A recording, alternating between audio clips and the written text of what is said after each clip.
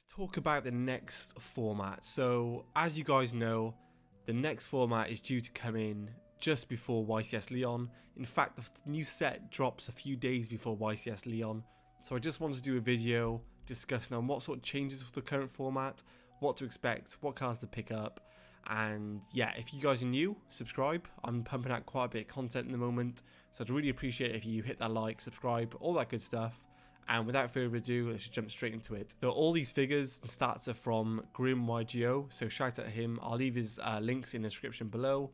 So if we look at this format at the moment, you guys will probably all know Tia is by far the most dominant deck. If we start from the remote duel YCS, Top Cut was dominated by Tia. And then if we look at Sydney, again, most of Top Cut was dominated by Tia. In fact, most of Top Cut was Tia. The only stragglers we see are like Runic, Flu, and Sprite. I'd expect to see more Sprite than Flu. Only just Tia for Sydney. And only, well, exactly the same for the remote YCS.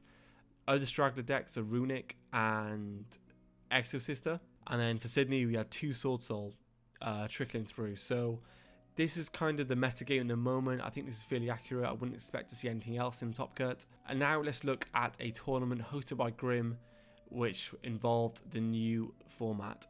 So as we can see here, Tia is still the most dominant deck. However, we get Cash Tia brought into the mix. The new branded deck does have a few new cool cards, which we'll talk about in maybe another video. So if you guys want to see that, subscribe, and we'll go over that in a later date.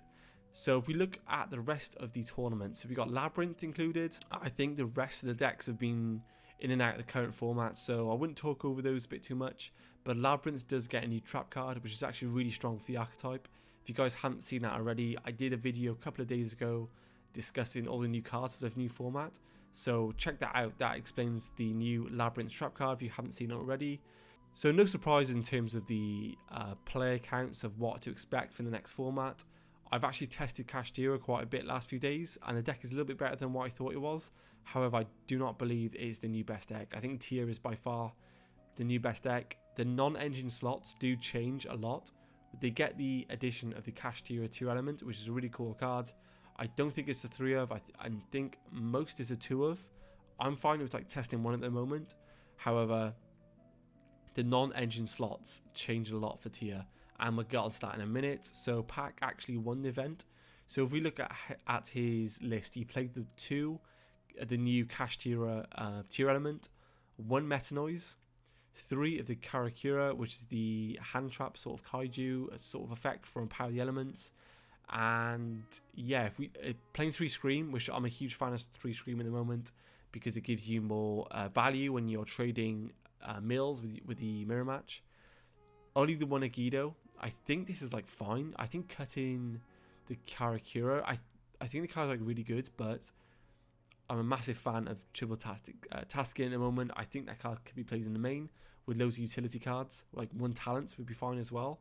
We see people also main decking Book of Eclipse. I know this is being played in the side, but yeah, I think this list is like really solid. He's also siding the Lingaribo for the Ibli lot, quite popular at the moment, especially if you go into like Doom Book and play post Photon Hypernova, you see a lot of Cash Tia decks playing the Ibli lock. So this is just to counter that, because you pick the second one to protect yourself for Unicorn. So if the Unicorn rip it out, you've got 2 in the extra deck, so it doesn't matter too much. Also for Cash Tia, if they see you're on Book of Eclipse in the main, or like they'll probably assume you're going to put those cards in going second. Swords of Concealing, Book of Eclipse. What they'll try to do with Unicorn, they'll try and rip out your Zeus, because Zeus is like a free board wipe after you resolve those cards. So if you play a second Zeus for going second against that matchup, it puts them in an awkward predicament where they know they're going to get Zeus if you draw that engine slot for the Book of Eclipse and Swords of Concealing. So yeah, I think this list is like quite cool. I probably think it might be a little bit more standard now without seeing the Bestials. So yeah, I think a lot of the extra deck will be taking up the slots where we're trying to duplicate important key engine pieces to avoid Unicorn just flat out banishing a copy of a card. But yeah, it'd be interesting to see what happens. And then this is 3rd place Cash Tia list. I wanted to go over this to give you guys sort of like a deck to take away, think about, use as reference, And yeah, this is Jordan Harris's come 3rd place in the Grim tournament. He played main deck Book of Eclipse for the mirror match. That's interesting. I think a lot of the rest of the deck though is standard. I think this is a flex spot. Some people playing Ash over those cards. I'm not a fan of the side deck. I think it's quite... It doesn't cover a lot of matchups. I mean, I get that going second evenly, Dark Ruler, but however, I think Judgment's like fine on its own. If you want to play the Dimension Fisher, it does play around them having Swords of Concealing as well as the Book of Eclipse. Plus, evenly matched is actually a solid card next format, especially if people stop playing Crime. Because if we see in Pack's list, he did not play Crime, so people could start taking in evenly matched going into next format. I wouldn't be comfortable playing without Crime in the side deck, at least for going first. I think it's really important to protect you against those sort of blowout cards.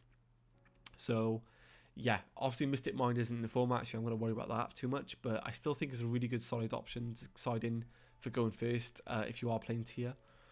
I think we'll also see this more standard now, the Messanoise, the trap card. It's really good against the Cash tier deck, and it's actually really good against Flu as well, because you can hit M-Pen after turn 1 or turn 2, sorry. So yeah, the rest of the deck is like really standard. Some people playing Baron because you can normal summon a hand trap. I don't see any lines for them to get into a Baron. Maybe it's for the mirror match. If they see you're on Baron, they might try and rip it out. Let me know how you get into Baron in this list, guys. Maybe I'm missing something, but normally from my understanding, you level 7 extender plus any normal summon level 3 hand trap is a Baron. So yeah, the rest of the deck is like really standard, apart from the side deck, which I mentioned. But let me know you guys' thoughts. Will Cash Tier be a lot better? Will it overtake Tier? Or if you think Tier is still the best deck for the next couple of months? Let me know in the comment section below, and I'll see you in the next one.